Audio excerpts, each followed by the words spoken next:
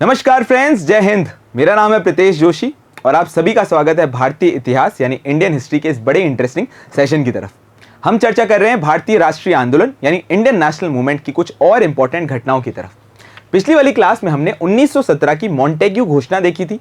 भाई किस तरीके से मॉन्टेग्यू ने, जो भारत सचिव थे, उन्होंने ये घोषणा करी कि आने वाले समय में भारतीयों को स्वशासन जो है वो दिया जाएगा, सेल्फ रूल जो है वो धीरे धीरे दिया जाएगा। आज की इस क्लास में हम चर्चा करने वाले हैं तीन इंपॉर्टेंट घटनाओं की तरफ, और इन तीनों घटनाओं का जो जुड़ा हुआ हिस्सा है वो है हमारी पूरे के पूरे भारतीय राष्ट्रीय आंदोलन का हीरो महात्मा गांधी। तो हम चर्चा करेंगे साहब गांधीवादी युग में शुरुआत की पहली ऐसी इंपॉर्टेंट घटना जिसने महात्मा गांधी को हीरो बनाया।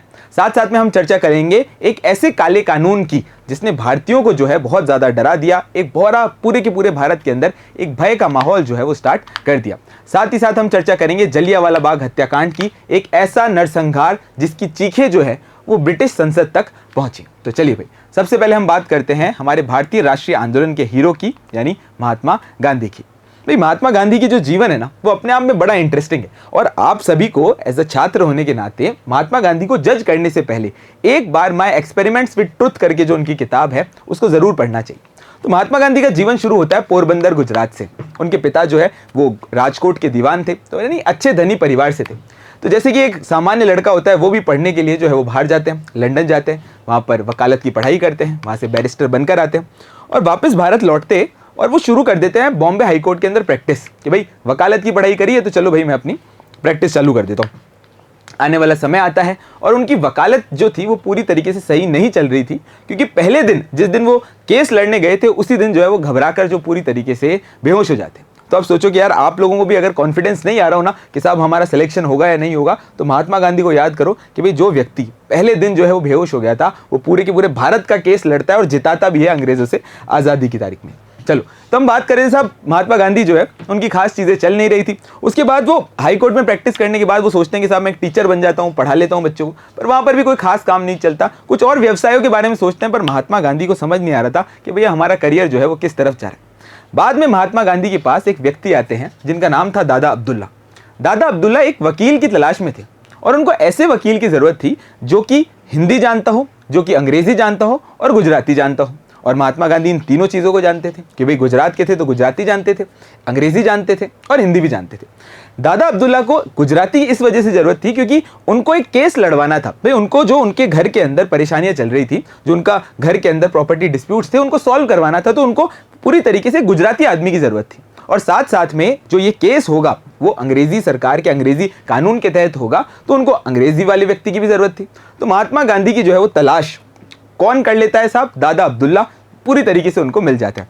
दादा अब्दुल्ला का वो केस लड़ने के लिए साउथ अफ्रीका जाते हैं और साउथ अफ्रीका में रंग भेद की नीति के खिलाफ जो है वो काम करते हैं। आपने वो कहानी सुनी है नहीं सुनी कि भाई रेलवे स्टेशन में वो खड़े थे और फिर उसके बाद ट्रेन आती है, वो वहाँ पर बैठ जाते हैं, लेकिन अंग्रेज़ों को अच्छा नहीं लगता कि साहब फर्स्ट क्लास की टिकट लेकर एक काला आदमी कैसे बैठा हुआ है। दो अंग्रेज सोल्जर उसको उठा के फेंक देते हैं और महात्मा गांधी को पहली बार रंग भेद या रेशियल डिस्क्रिमिनेशन जो है वो पूरी तरीके से झेलना पड़ता है। और फिर हम चलते हैं कि महात्मा गांधी किस तरीके से साउथ अफ्रीका के अंदर कई सारे आश्रम खोलते हैं और वहां पर सत्याग्रह की पहली लड़ाई लड़ने की कोशिश करते हैं। फिर भारत आते हैं और महात्मा गांधी, मतलब जो हमारे सामान्य मोहनदास करमचंद गांधी थे, वो महात्मा कैसे बने उसकी जर्नी जो है वो शुरुआत कर देते हैं। चलो भाई, तो सबसे पहले कुछ बेसिक से फैक्ट्स हमारे राष्ट्रीय आंदोलन के हीरो के, तो वो है साहब मोहनदास करमचंद गांधी, उनका पूरा नाम, पिता का नाम करमचंद। जन्म इनका होता है साहब 2 अक्टूबर 1869 को। कहां पर भैया? गुजरात। गुजरात कहां पर भाई? पोरबंदर, जो कि एक तटीय एक बंदरगाह है, वहां पर उनका जन्म होता है। इनके पिताजी जो थे, जिनका नाम करमचंद गांधी था,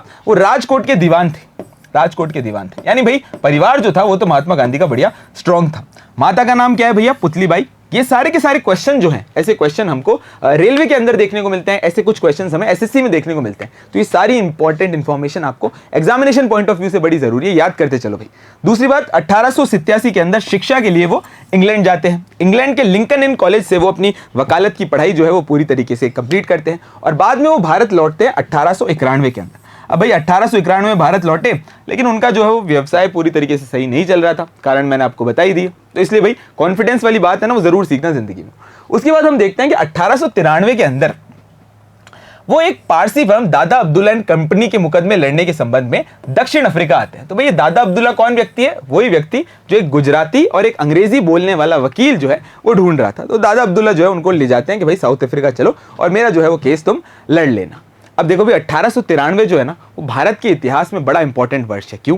क्योंकि महात्मा गांधी तो गए साउथ अफ्रीका, लेकिन आप एक चीज और कनेक्ट करो, आपने विवेकानंद का नाम सुना है ना भाई? विवेकानंद जो है वो हमें देखने को मिलते हैं साहब वो इसी वर्ष शिकागो जाते हैं। तो भाई मुझे याद आया कि साहब 1893 कितना इंपॉर्टेंट है, तो ये भी याद फैक्ट कर लो कि शिकागो के अंदर वर्ल्ड रिलीजियस पार्लियामेंट में जाते हैं। तो 1893 जो है वो भारतीयों के लिए बड़ा इंपॉर्टेंट साल था। दो बड़ी घटनाएं यहां पर हुई थी। आगे चलते हैं और हम देखते हैं दक्षिण अफ्रीका के अंदर सरकार की रंग भेद नीति के खिलाफ, जिसे अपार्थीड पॉलिसी कहा जाता था, उसकी नीति के खिलाफ जो है वो सरकार से, ब्रिटिश सरकार से लड़ते हैं। इसी दौरान वो Natal Indian Congress, Tolstoy Farm और साथ साथ में फीनिक्स फार्म्स की जो है वो वहां पर स्थापना करते हैं। कहां पर भैया? साउथ अफ्रीका के अंदर स्थापना करते हैं। वहीं पर ही महात्मा गांधी एक अखबार भी चलाते हैं जिस अखबार का नाम है इंडियन ओपिनियन, और साथ साथ में एक किताब भी हमें देखने को मिलती है और उस किताब का नाम है भैया हिंद स्वराज। क्या नाम है? हिंद स्वराज। अब भाई महात्मा गांधी ने जो है अपना सत्याग्रह की लड़ाई लड़ी वहां पर और उनको जीत भी मिली। पर हर इंसान जब बाहर सारे के सारे काम करके आ जाता है, अंत में उसको याद अपने परिवार की आती है और उनको ये भी लगता है कि यार मैं ये सारी की सारी चीजें कर रहा हूं, मैं देशभक्ति वाली चीजें कर रहा हूं, तो क्यों ना अपने देश में जाके करूं। तो महात्मा गांधी को लगता है कि भैया अब पूरी तरीके से समय आ गया है, अपने सामान वामान लेकर, कस्तूरबा गांधी को लेकर वो वापस जो है 1915 के अंदर भारत लौट जाते हैं। कहाँ लौट जाते हैं भैया? भारत लौट जाते हैं। अब देखो भाई यहां पर एक क्वेश्चन इंपॉर्टेंट तौर पे बनता है, महात्मा गांधी जो है वो भारत कब लौटे थे? 1915 में। कितनी तारीख थी साहब उस दिन? 9 जनवरी 1915। और इसी दिन हम कौन सा इंपॉर्टेंट डे मनाते हैं साहब? तो प्रवासी भारतीय दिवस मनाते हैं। कौन सा दिवस मनाते हैं भैया? प्रवासी भारतीय दिवस जो है वो अपन मनाते हैं। प्रवासी भारतीय दिवस जो है अपन मनाते हैं। भारतीय दिवस जो है अपन मनाते हैं। भाई फैक्ट याद रख लेना, इंपॉर्टेंट है, एग्जामिनेशन पॉइंट ऑफ व्यू से क्वेश्चन जो है यहाँ पर आता ही है। अब यहाँ पर ध्यान रखने वाली बात है कि कौन कौन से क्वेश्चन यहाँ पर बन सकते हैं। तो उनके जो आश्रम थे वो अपने को याद रखना है, फिनिक्स फार्म का अपने को नाम याद रखना है, कंपनी का क्या नाम था साहब? दादा अब्दुल्ला एंड कंपनी, व्यक्ति का क्या नाम था साहब? दादा अब्दुल्ला, पिताजी का नाम करमचंद, माताजी का नाम पुतलीबाई, वाइफ का क्या नाम? कस्तूरबा गांधी। तो ये अपनी उनकी साउथ अफ्रीका की जर्नी थी। अब क्या हुआ भैया नेक्स्ट? भाई 1915 तो हो गया, लेकिन 1915 के बाद महात्मा गांधी क्या कर रहे थे? तो 1915 के बाद महात्मा गांधी जो है वो भारत आते हैं और भारत लौटकर वो अपने गुरु से मिलते हैं। और उनके गुरु कौन थे भैया? उनके गुरु थे, पॉलिटिकल गुरु की बात कर रहा हूँ, राजनीतिक गुरु की बात कर रहा हूँ, गोपाल कृष्ण गोखले। गोपाल कृष्ण गोखले से वो मिलते हैं और वो बोलते हैं कि गोखले साहब मैं जो है भारत के अंदर राजनीति करना चाहता हूँ। तो गोखले साहब उनको समझाते हैं कि भाई मोहनदास तुम अभी नए नए हो, तुम्हें भारत के बारे में पता नहीं है, तो तुम यात्रा करो और तुम जितनी पब्लिक मीटिंग्स है ना उनको अटेंड करने की कोशिश करो।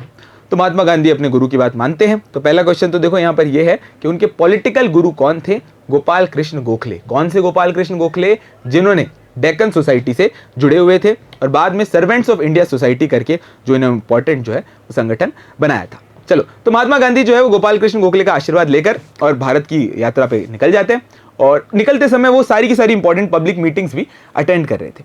ऐसी ही एक इंपॉर्टेंट पब्लिक मीटिंग हो रही थी कहां पर? 1916 के अंदर। 1916 के अंदर आपको चलना पड़ेगा मेरे साथ पहले की तरफ, क्योंकि भाई महात्मा गांधी के फ्लैशबैक की तरफ चल रहे हैं। तो 1916 के अंदर एक इंपॉर्टेंट सेशन हुआ था, एक इंपॉर्टेंट अधिवेशन हुआ था। कौन सा अधिवेशन हुआ था भैया? जल्दी से बताना याद करके। 1916 का जो इंपॉर्टेंट तौर पे अधिवेशन था वो अपन लखनऊ अधिवेशन के तौर पर देखते हैं। लखनऊ अधिवेशन के तौर पर देखते हैं। अभी लखनऊ अधिवेशन क्यों इंपॉर्टेंट था? क्योंकि साहब पहली बात तो यहां पर हिंदू और मुस्लिम यूनिटी जो है वो जुड़ गई थी। क्यों जुड़ गई थी? क्योंकि हमें देखने को मिलता है कि भारतीय राष्ट्रीय कांग्रेस यानी इंडियन नेशनल कांग्रेस और जो मुस्लिम लीग थी वो आपस में साथ में जुड़ गई थी, एक मंच के ऊपर जो है वो आ गई थी। दूसरी इंपॉर्टेंट घटना क्या हुई थी कि भैया जो नरम दल और गरम दल, नरम दल और साथ साथ में गरम दल, कौन सा गरम दल भैया? नरम दल और गरम दल, जो कि 1907 के सूरत स्प्लिट में, सूरत विभाजन में जो है वो विभाजित हो गए थे कांग्रेस के दो धड़े के रूप में, अब जो है वो वापस से आ जाते हैं। पर ये घटनाएं मैं क्यों बता रहा हूं? क्योंकि इस अधिवेशन को अटेंड कौन करता है? हमारे राष्ट्रीय आंदोलन का हीरो महात्मा गांधी। महात्मा गांधी, ठीक है, महात्मा गांधी। चलो, अब महात्मा गांधी इस पूरे के पूरे अधिवेशन को अटेंड कर रहे थे। इतने में वो देखते हैं कि साइड में एक बैठा हुआ व्यक्ति, बड़ा दाढ़ी वाला व्यक्ति था, किसान लग रहा था, वो उनको टकटकी लगाकर देख रहा था। अब यार आप लोग खुद भी सोचो, अगर आपको कॉन्टिन्यूसली कोई घूरता है तो आप इरिटेट हो जाते हो। पर महात्मा गांधी ने उस बात को इग्नोर किया, कोई बात नहीं भाई, देख रहा होगा, इसको पसंद दूंगा मैं। लेकिन महात्मा गांधी जहां जहां पर भी जा रहे थे उस अधिवेशन के बाद, उनको एक कॉमन चीज दिख रही थी और वो था वो व्यक्ति। तो वो भी घबरा जाते हैं साहब कि यार ये क्या चक्कर है कि बार बार मुझे क्यों देख रहा है। तो वो व्यक्ति कौन था जो महात्मा गांधी को हर जगह परेशान कर रहा था? उस व्यक्ति का नाम था साहब राजकुमार शुक्ला। क्या नाम था भाई? राजकुमार शुक्ला। राजकुमार शुक्ला, राजकुमार शुक्ल, राजकुमार शुक्ला। तो राजकुमार शुक्ला जी जो है ये महात्मा गांधी को घूर के देख रहे थे। तो महात्मा गांधी ने पूछा यार क्यों परेशान कर रहे हो, मुझे बताओ भाई तुम्हारी क्या समस्या। तो बोलता है गांधी साहब मैं जो है चंपारण से आया हूँ, जो कि बिहार के अंदर स्थित एक गाँव है। वहाँ पर हमारी बहुत ज़्यादा समस्या चल रही है। हमारे वहाँ पर जो है ये नील की खेती करते हैं और अंग्रेज़ हमें बहुत ज़्यादा परेशान कर रहे हैं और दिन दिन निकालना मुश्किल हो रहा है। सारे किसानों की हालत जो है वो बहुत ख़राब हो रही है। तो महात्मा गांधी को लगता है भाई मैं क्या कर सकता हूँ, मैं तो खुद अभी राजनीति सीख रहा हूँ, मुझे तो खुद को आइडिया नहीं है, मैं क्या करूँगा। उन्होंने जो है महात्मा गांधी को पकड़ लिया। गांधी साहब को लगा यार मैं भी अभी कोई खास काम तो कर नहीं रहा हूँ, कोई आंदोलन तो अभी मैंने किया नहीं है, मैं तो अभी शुरुआती हूँ, चलो भाई चंपारण ही चलते अपना, वहाँ पे क्या नुकसान है। तो महात्मा गांधी जो है वो पहुँच जाते हैं कहाँ पर? चंपारण की तरफ। जब महात्मा गांधी चंपारण पहुँचते हैं तो उन्हें क्या देखने को मिलता है? महात्मा गांधी चंपारण वहाँ पहुँचते हैं और उनको वहाँ पे किसानों की जो समस्या थी वो बहुत ज़्यादा दयनीय देखने को मिलती है। क्यों दयनीय देखने को मिलती है? क्योंकि महात्मा गांधी को एक बात समझ आ रही थी कि यार ये जो राजकुमार शुक्ला बोल रहा था कि वहाँ पर हम नील की खेती करते हैं और हमें वहाँ पर जो है कई सारे फ्रॉडुलेंट कॉन्ट्रैक्ट्स के अंदर जो है वो फंसा लिया और हमारा जो नील की खेती की वजह से हमारी जो भूमि है वो भी बंजर हो रही है। तो महात्मा गांधी वहाँ पर जाके खुद इंक्वायरी करते हैं कि भाई मैं राजकुमार की बात नहीं मानूंगा, पहले मैं खुद देखूंगा कि वहाँ पर समस्या क्या है। तो वहाँ इस पूरे के पूरे क्षेत्र की समस्या थी तिन काठिया प्रथा या तिन काठिया सिस्टम। तो वो पहले समझो। तिन काठिया सिस्टम को अपन ऐसे समझते हैं कि समझो एक किसान का खेत है, उस खेत के आप 20 हिस्से कर लो। कितने हिस्से कर लो भाई? 20 हिस्से उस खेत के कर लो। उन 20 हिस्सों में से 3 हिस्सों पर आपको नील बोना जो है वो कंपलसरी था। नील बोना जो है वो अनिवार्य था, बिल्कुल पूरी तरीके से कंपलसरी था। और इसके लिए जो है जो अंग्रेज इंडस्ट्रियलिस्ट थे वो उनसे पहले से कॉन्ट्रैक्ट कर लेते थे, उनको पहले से कम पैसे दे देते थे। अभी पहले से कम पैसे दे दिए तो पहले तो वो नुकसान वाली बात। दूसरी इंपॉर्टेंट बात कि ये जो 3 जगह पर आप नील बो रहे हो तो आपको लगेगा क्या नुकसान है यार इसमें। यार ये 3 जगह पर नील बोते थे तो उससे जो बाकी भूमि है वो पूरी तरीके से बंजर हो जाती थी। अब बंजर भूमि हो गई तो समस्या क्या हुई भाई? पूरे के पूरे खेत नष्ट हो जाएंगे और किसान बेचारा वैसे ही गरीब है। और अगर आप इनकी बात नहीं मानते और इनके कॉन्ट्रैक्ट अनुसार नहीं चलते तो भैया फिर आपको सजा हो जाती थी, आपको जो है और ज्यादा पैसे देने पड़ते। तो यानी पूर्णतः अगर हम देखें कि चंपारणों के किसान की जो है वो बड़ी हालत ज्यादा खराब थी। कारण क्या था? नील की वजह से और तिन काठिया सिस्टम की वजह से। अब महात्मा गांधी जो है इसके खिलाफ एक बहुत बड़ा सत्याग्रह चलाते हैं जिसको अपन कहते हैं साहब चंपारण सत्याग्रह। तो इसके बारे में कब, क्यों, कौन और क्या के कॉन्सेप्ट में इस चंपारण सत्याग्रह को देखते हैं और देखते हैं साहब कौन कौन से क्वेश्चन जो है वो यहाँ पर बन सकते हैं। तो सबसे पहले बात करते हैं साहब 1917 का चंपारण सत्याग्रह। कहां पर हुआ साहब? चंपारण, बिहार में। लेकर कौन आया इनको? व्यक्ति का नाम याद रख लो साहब, राजकुमार शुक्ला। राजकुमार जी, राजकुमार शुक्ला। कारण क्या था? यहां पर समस्या क्या चल रही थी? यूरोपीय नील बागानों के मालिकों ने किसान पर अत्याचार करते थे। क्या अत्याचार करते थे? पहले तो उनसे तय कीमत के ऊपर, किसके ऊपर? तय कीमत पर जो है वो नील उनको बेचना पड़ता था और भूमि के 3/20 हिस्से पर जो है इस नील को बोना अनिवार्य था। वो अगर उनकी बात नहीं मानते तो उनको ऐसे केसेस में फंसाकर उनकी और ज्यादा जो है हालत दयनीय हो रही थी। तो भाई समस्या वाली तो बात थी। महात्मा गांधी आए और महात्मा गांधी ने बोला भाई रुको जरा, सब्र करो, मैं हूं तो घबराने वाली क्या बात है। महात्मा गांधी के नेतृत्व में इस पूरे के पूरे चंपारण सत्याग्रह को चलाया गया। महात्मा गांधी ने जो है पहली बार अंग्रेजों के खिलाफ जो है वो डायरेक्ट लड़ाई लड़ी। और इस डायरेक्ट लड़ाई से क्या फायदा हुआ वो हमें थोड़ा सा ध्यान रखने वाली बात है कि पहली बार अंग्रेजों को समझ आया कि अहिंसा से भी लड़ाई हो सकती है और इसमें एक खतरनाक आदमी है। अंग्रेजों के कान खड़े हो गए और महात्मा गांधी के नेतृत्व में यह आंदोलन सफल हुआ और 25% जो है जुर्माना इनको वापस मिला। जो इतने भी किसान थे उनको 25% जुर्माना वापस मिला। तो ये तो कहानी थी भाई 1917 के चंपारण सत्याग्रह की। अब आगे क्या हुआ? तो महात्मा गांधी को लगा कि चलो भाई एक अपन हीरो बन गए हैं। इस छोटे से आंदोलन ने महात्मा गांधी की जो पहचान थी वो नेताओं के तौर पर बना दी थी, पर अभी भी महात्मा गांधी जो है वो रीजनल स्पेसिफिक चीजें कर रहे थे। दूसरा इंपॉर्टेंट घटना क्या हुई? तो दूसरी घटना के लिए चलना पड़ेगा साहब अपने को कहां पर? अहमदाबाद के अंदर। अहमदाबाद कहां पर स्थित है भैया? गुजरात पे स्थित है। कहां पर स्थित है? गुजरात पे स्थित, गुजरात में स्थित है। अब देखो भाई यहां पर क्या हुआ। महात्मा गांधी के एक दोस्त थे, उनका नाम था अंबिका साराभाई। क्या नाम था भाई? अंबिका साराभाई। अंबिका साराभाई ने महात्मा गांधी का जो आश्रम बना था, साबरमती आश्रम, नाम सुना होगा आपने, उसमें बहुत ज्यादा मदद करी थी। अब इस बात को यहीं छोड़ देना और दूसरी कहानी की तरफ चलना। मैं बाद में बताऊंगा साहब अंबिका साराभाई थे कौन। महात्मा गांधी के पास आश्रम में आराम से वो बैठे हुए थे, तो कुछ मिल के जो मजदूर है वो उनके पास आते हैं और उनको समझाने की कोशिश करते हैं कि यार भाई हमारे साथ जो है ना वो बहुत ज़्यादा समस्या हो रही है। क्यों? बोले जब यहाँ पर प्लेग शुरू हुआ था तो हमें बोनस दे दिया गया था और अब जो है वो हमसे बोनस वापस ले लिया जा रहा है और हमारी तो भाई तनख्वाह भी इतनी सी है, तो हमारी तो समस्या है। और भारत के अंदर ये बात है कि अगर आपको एक बार कोई चीज़ अगर आप दे दो और लोगों की उसकी आदत पड़ गई तो भाई साहब चाहे कुछ भी हो जाए, लड़ाई हो जाए, लेकिन वो चीज़ जो है उनका जो हक है वो पूरी तरीके से साहब लेकर ही रहते। तो फिर वो प्लेग बोनस को लेकर जो है महात्मा गांधी ने एक बहुत बड़ा आंदोलन किया। उस मिल के जो ओनर्स थे उनके खिलाफ उनको आंदोलन किया और अंत में जो है उनको प्लेग बोनस मिल जाता है। अब ये जो मिल ओनर्स की मैं बात कर रहा हूं, मिल के मालिकों की मैं बात कर रहा हूं, वो थे कौन? अंबिका साराभाई। तो भाई सोचो, अपने दोस्त के खिलाफ भी आंदोलन करने वाले, अपने दोस्त की फैक्ट्री जिसने मदद करी उसके खिलाफ भी आंदोलन करने वाले महात्मा गांधी सच में महात्मा थे, ये बात हमें जो है वो पूरी तरीके से पता चल जाती। तो मिल मजदूर आंदोलन कब स्टार्ट हुआ साहब? 1918 में। कहां पर हुआ भैया? अहमदाबाद, गुजरात के अंदर हुआ। कारण क्या था भैया? प्लेग भत्ता मिलता था, जो कि प्लेग खत्म होने के बाद जो भत्ता है वो देना बंद कर दिया। मिल मालिकों ने भत्ता देना बंद कर दिया। अच्छा, ये जो मिल के मालिक थे ये कौन थे साहब? अंबिका साराभाई। साराभाई, अंबिका साराभाई जो है वो मिल के मालिक थे, महात्मा गांधी के पक्के दोस्त थे। गांधी जी ने इन मिल मजदूरों की जो बात थी उसका पूरी तरीके से समर्थन किया। मिल मालिकों ने कहा कि भैया हम जो है वो 20% भत्ता वापस दे देंगे। महात्मा गांधी ने बोला नहीं भैया, कोई 20% भत्ता जो है वो आपको नहीं देंगे, आपको तो हमें ना आपकी ना हमारी 35% जो है वो प्लेग बोनस देना पड़ेगा। अंत में सत्याग्रह की वजह से या फिर भूख हड़ताल के डर से अंबिका साराभाई भी पिघल जाते हैं और वो महात्मा गांधी की बात मान लेते हैं और 35% भत्ते पर एंड में बात बन जाती है। अब भाई क्वेश्चन कौन कौन से बन सकते हैं? कब बना? तो साहब 1918 अहमदाबाद में हुआ। कारण क्या था साहब? प्लेग भत्ता था। महात्मा गांधी का दूसरा इंपॉर्टेंट आंदोलन था। आंदोलन का क्या नाम है? मिल मजदूर आंदोलन। मिल मजदूर आंदोलन। अच्छा, मिल ओनर का क्या नाम है? तो अंबिका साराभाई। 4 फैक्ट याद रखने, इसके अलावा और कोई चीज इस आंदोलन से याद नहीं रखनी। 20% तो कहा था, मिला कितना? 35% मिला। तो साहब महात्मा गांधी जो है अब वो दिन ब दिन हीरो बनते जा रहे थे और हीरो बनते जा रहे थे, लेकिन अब हीरो बनने का टाइम तीसरी बार भी आ चुका था। और वो क्या इंपॉर्टेंट घटना थी? वो इंपॉर्टेंट घटना थी साहब खेड़ा किसान आंदोलन। खेड़ा किसान आंदोलन। भाई महात्मा गांधी को जो है गुजरात प्रांत के किसान सभा का जो है वो अध्यक्ष बनाया गया था। तो भाई किसान सभा के जब अध्यक्ष है तो किसानों की जो समस्या है उसमें भी अपने को जो है वो पूरी तरीके से मदद करनी चाहिए, महात्मा गांधी को लगा। पर समस्या थी क्या? तो समस्या हमें ये देखने को मिलती है कि महात्मा गांधी के पास कुछ किसान आते हैं और वो बोलते हैं कि साहब हमारे साथ बहुत प्रॉब्लम हो रही है। तो बोलते हैं साहब क्या प्रॉब्लम हो रही है? बोले ये आपदा आई उस समय के बाद भी, ये जो सूखा पड़ा है उस समय के बाद भी हमसे जो है वो राजस्व ले लिया जा रहा है। तो महात्मा गांधी को लगा कि अभी तो इनको मुआवजे देने चाहिए, मदद करनी चाहिए। उसके वनस्पत ये लोग तो और ज्यादा उनसे राजस्व की भूख कर रहे हैं। भाई वो तो इतने ज्यादा लालची हो चुके हैं कि ऐसे समय पर भी पैसा पैसा कर रहे हैं। तो महात्मा गांधी ने लगा कि भाई अब तीसरी बार मौका बन चुका है क्या करने का? आंदोलन करने का। तो क्या किया भैया उन्होंने खेड़ा किसान आंदोलन की शुरुआत करी। कब करी साहब? 1918 के अंदर। कहां पर की भैया? गुजरात में। कहां पर साहब? खेड़ा गांव के अंदर जो है उन्होंने इंपॉर्टेंट तौर पे मदद करी।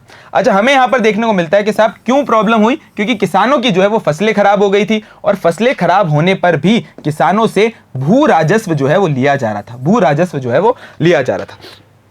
अब महात्मा गांधी ने क्या किया? महात्मा गांधी ने सोचा कि भैया आंदोलन करने का समय आ गया है। गांधी जी के आंदोलन से भू राजस्व जो था पूरी तरीके से समाप्त हो गया और इस आंदोलन से एक बहुत बड़ा फायदा हुआ कि महात्मा गांधी के साथ जो है अब वो उनके धीरे धीरे कुछ अनुयायी बन गए थे। उनके धीरे धीरे उनकी बात को मानने वाले, समझने वाले जो है कुछ इंपॉर्टेंट व्यक्ति उनसे जुड़ गए थे, जैसे कि वल्लभ भाई पटेल, इंदुलाल याग्निक और महादेव देसाई। भाई यही महादेव देसाई होंगे जब Mahatma Gandhi round table conference में जाएंगे तो उनके सचिव बन के वहां उनके साथ जाते हैं। और वल्लभ भाई पटेल भाई आयरन मैन ऑफ इंडिया, पहले डिप्टी प्राइम मिनिस्टर, पहले होम मिनिस्टर। इनका महात्मा गांधी से जुड़ाव जो है वो था साहब खेड़ा सत्याग्रह या फिर अपन खेड़ा आंदोलन। महात्मा गांधी जो है वो अंग्रेजों से पूरी तरीके से लड़ाई कर रहे थे। पर एक बात देखो, ये जो लड़ाई थी एक तो अहिंसक थी और दूसरी बात यहां पर ध्यान रखने वाली है कि जितने भी आंदोलन थे ये स्पेसिफिक एरिया के थे, स्पेसिफिक रीजन के थे। यानी महात्मा गांधी अभी नेशनल लेवल पर बड़े हीरो नहीं बने थे, अभी लोकल रीजनल लेवल पर जो है उनकी हीरोगिरी बढ़िया चल रही थी। लेकिन अब महात्मा गांधी के पास समय आ गया था एक ऐसा सत्याग्रह करने की, या हम बात कर सकते हैं कि एक ऐसा आंदोलन करने की जो उनको नेशनल लेवल पर या जो उनको केंद्रीय लेवल पर जो है वो उठा सके और कांग्रेस के नेताओं की नजर में ला सके। तो वो इंपॉर्टेंट कौन सी घटना थी? वो घटना नहीं थी, वो था एक एक्ट, एक ऐसा कानून जिसने बिना वकील, बिना दलील, बिना वकील, बिना दलील और बिना अपील के जो है इस कानून के अंतर्गत किसी भी व्यक्ति को उठाकर जेल में डाल दिया जाता था। पर साहब ऐसा कानून आया क्यों और इसकी जरूरत क्या पड़ी? तो अब समय के अनुसार समझो। हमें देखने को मिलता है साहब 1914 के बाद हमें वर्ल्ड वॉर फर्स्ट जो है वो छिड़ चुका था। वर्ल्ड वॉर फर्स्ट जो है वो छिड़ चुका था और अंग्रेजों को इस बात का डर था कि यार वर्ल्ड वॉर फर्स्ट तो छिड़ गया है, लेकिन जो हमारी कॉलोनीज हैं उनके अंदर जो है वो आतंकवादी घटनाएं ना बढ़ जाए।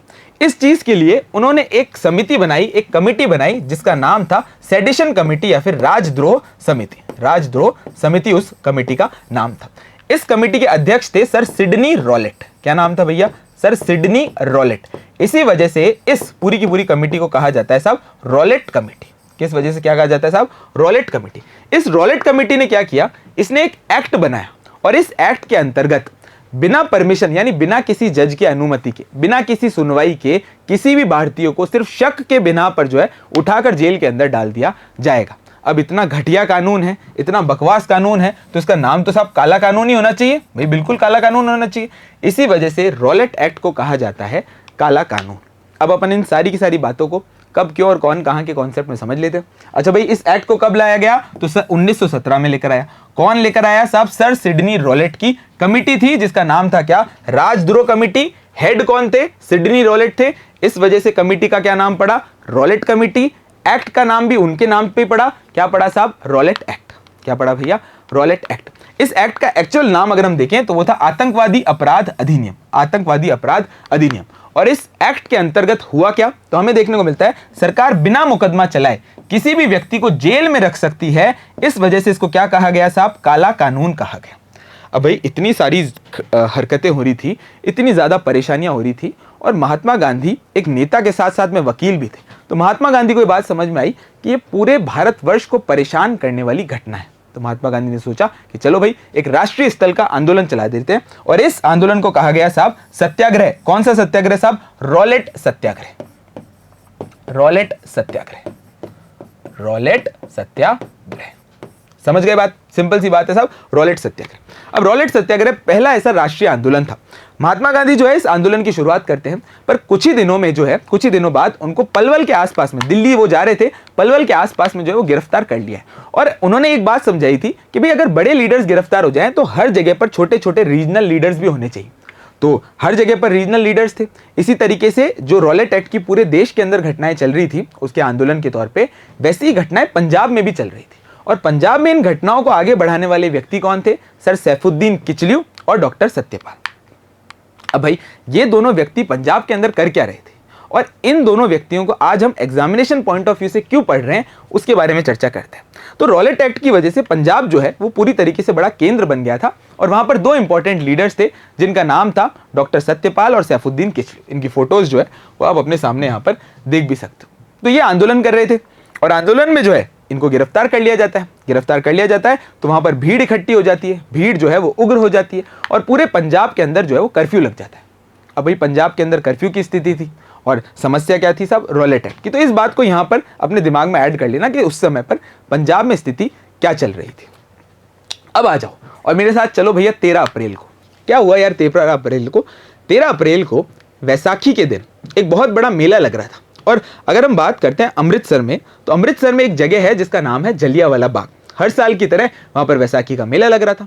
वैसाखी के मेले में सारे के सारे लोग, वैसाखी के समय पर इतनी खुशी का माहौल होता है भाई, तो वहां पर बढ़िया एंजॉय करने आ रहे थे। बच्चे थे वहां पे, लोग खिलौने बेच रहे थे, माएँ अपने साथ बच्चों को लेकर इधर से उधर घूम रही थी। बड़ा एंजॉय चल रहा था, माहौल बढ़िया पॉजिटिव था।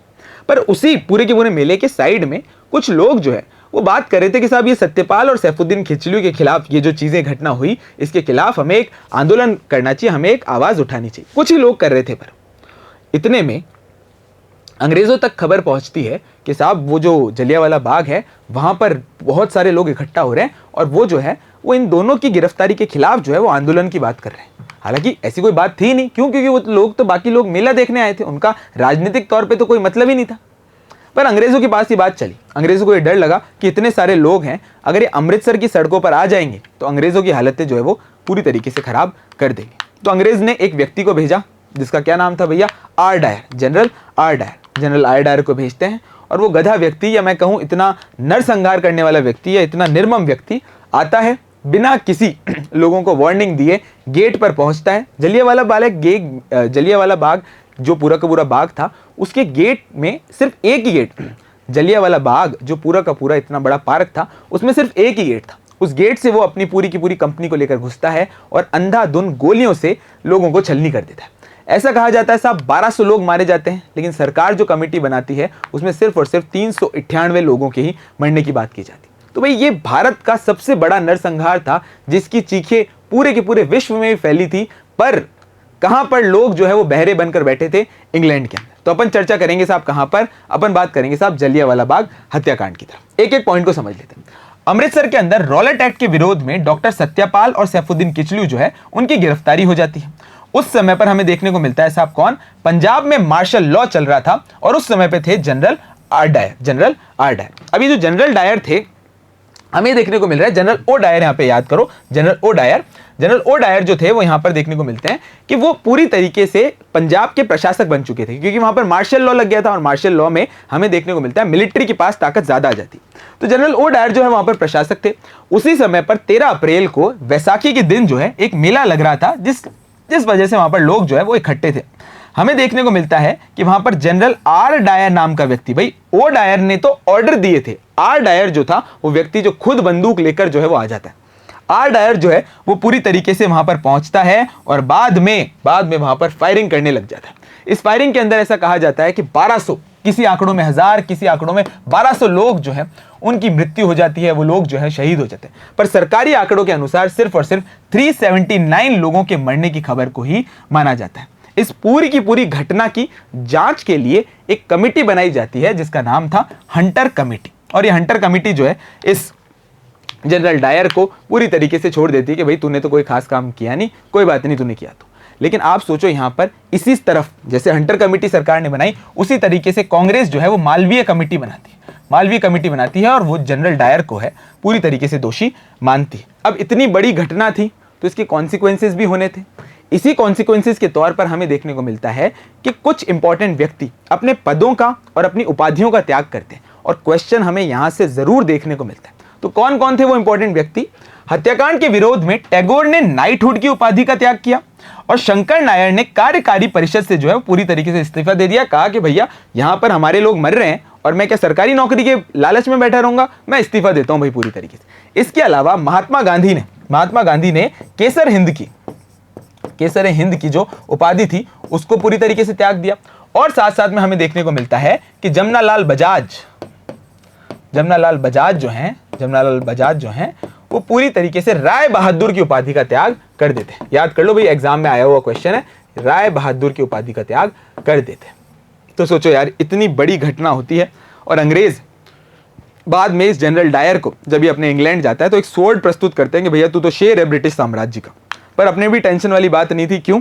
क्योंकि हमें देखने को मिलता है सरदार उधम सिंह इस जनरल डायर को मार के भारत के हर उस व्यक्ति को जिससे इससे दुख हुआ था उसका जो है पूरी तरीके से बदला लेते हैं। तो उधम सिंह का नाम भी अपने को याद रखना। तो एग्जामिनेशन पॉइंट ऑफ व्यू से अपने को याद रखना है 13 अप्रैल की तारीख, जलियांवाला बाग की घटना, हंटर कमेटी का नाम याद रखना है, मालवीय कमेटी का नाम याद रखना है, जिन्होंने उपाधियों का त्याग किया, उनके बारे में चर्चा करनी है। एग्जामिनेशन पॉइंट ऑफ व्यू से चीजों को याद करना है। तो आशा करता हूं ये क्लास आपको अच्छी लगी होगी। मिशन ज्ञान के परिवार के साथ बने रहें। Thank you.